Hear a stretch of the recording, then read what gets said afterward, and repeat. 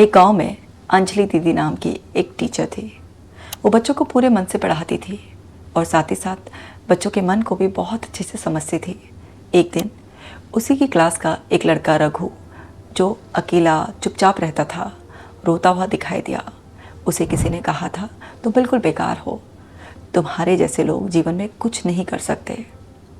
अंजलि दीदी रघु के पास जाती हैं, प्यार से उसका हाथ थामती हैं और उसे कहती हैं कि लोगों को तुम सिर्फ बीज के रूप में दिखाई दे रहे हो, इसलिए वो तुम्हें छोटा समझ रहे हैं, पर मैं तुम्हारे अंदर छिपा हुआ विशाल वृक्ष देख रही हूँ।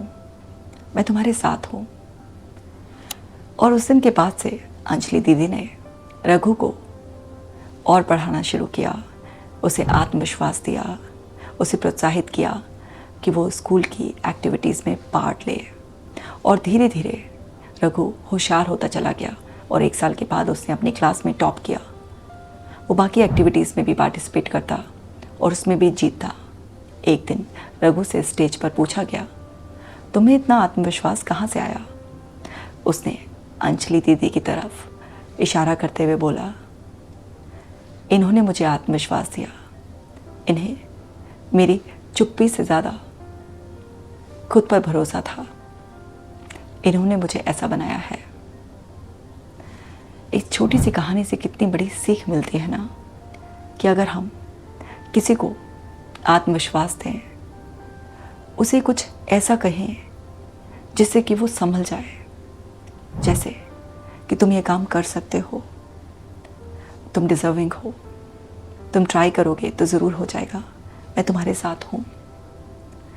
हम उसे सपोर्ट करें, चाहे वो गाइड करके या किसी और तरीके से।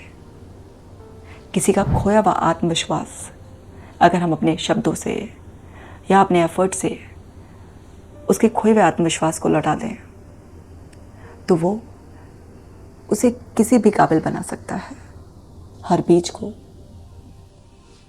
वृक्ष बनने से पहले बड़े सारे प्रोसेस से गुजरना पड़ता है। कोई होता है जो उस बीज की देखभाल करता है, उसे खाद देता है, पानी देता है, धूप लगाता है, उसकी रक्षा करता है। हर बीज में क्षमता होती है एक विशाल वृक्ष बनने की, पर उसे शुरुआत में सहारे की ज़रूरत होती है। तो जब भी आप किसी को देखें कि कोई अपना आत्मविश्वास खो रहा है, आप उसका आत्मविश्वास बने।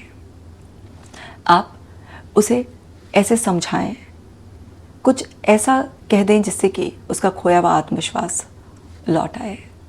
इस कहानी को बाकी लोगों के साथ भी शेयर कीजिए।